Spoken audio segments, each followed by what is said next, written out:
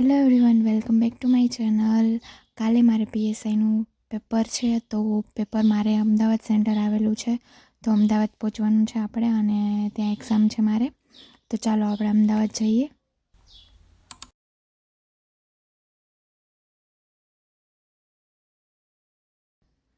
તો અત્યારે હું છું રાજકોટમાં બાલાજી મંદિરે, જે રાજકોટનું એકદમ ફેમસ મંદિર છે.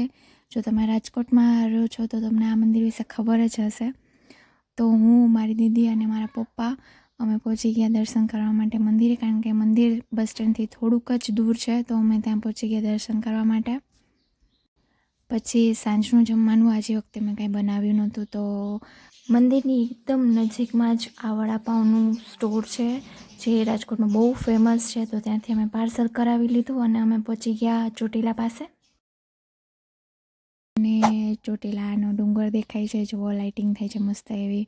અને વચમાં એક જગ્યાએ હોલ્ટ કર્યો, જ્યાં અમે નાસ્તો કરી લીધો, જે અમે વડાપાઉંનું પેકિંગ કરાવી લીધું પાર્સલ, એ અમે નાસ્તો કર્યો અને પછી અમે પહોંચી ગયા સીધા અમદાવાદ.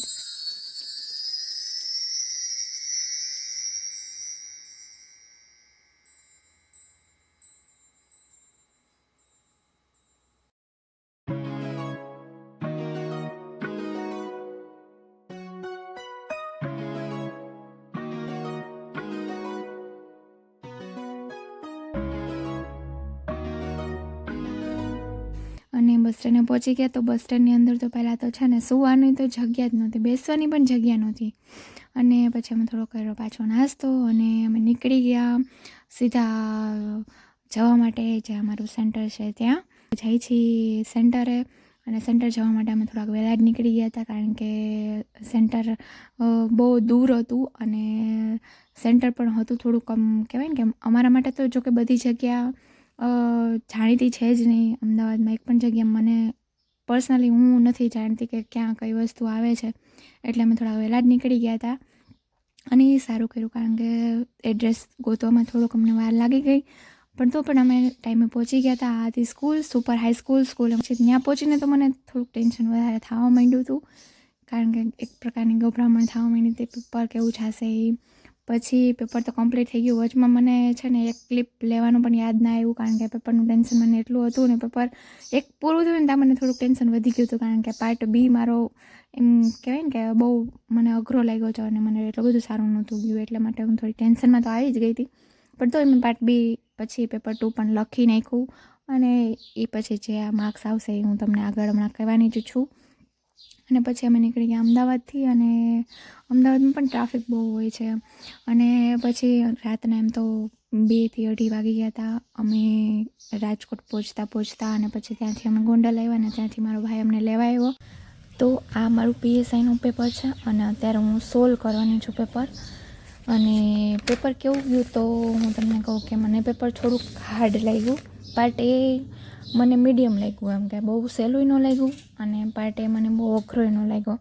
અમુક ટોપિક જે મેં છોડી દીધા હતા ને એમાંથી મેક્સિમમ ક્વેશ્ચન પૂછાણા હતા, એમાં થોડોક મને લોસ ગયો પાર્ટ એમાં.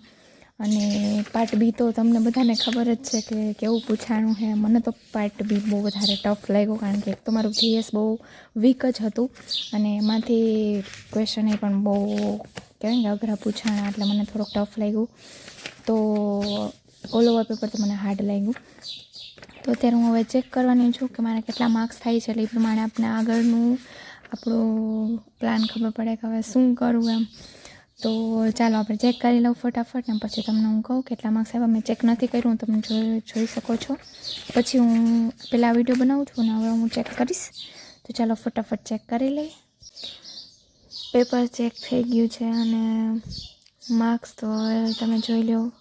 પાર્ટ બીમાં 23.50 સાચા, ખાલી ને ખાલી 23 ખોટા, 39. અને પાર્ટ એમાં 60 સાચા ને 14 ખોટા. એનું કંઈ કામ નથી. પાર્ટ બીમાં જ ધોરું થઈ ગયું આપણું. અને ઠીક, હાલો હવે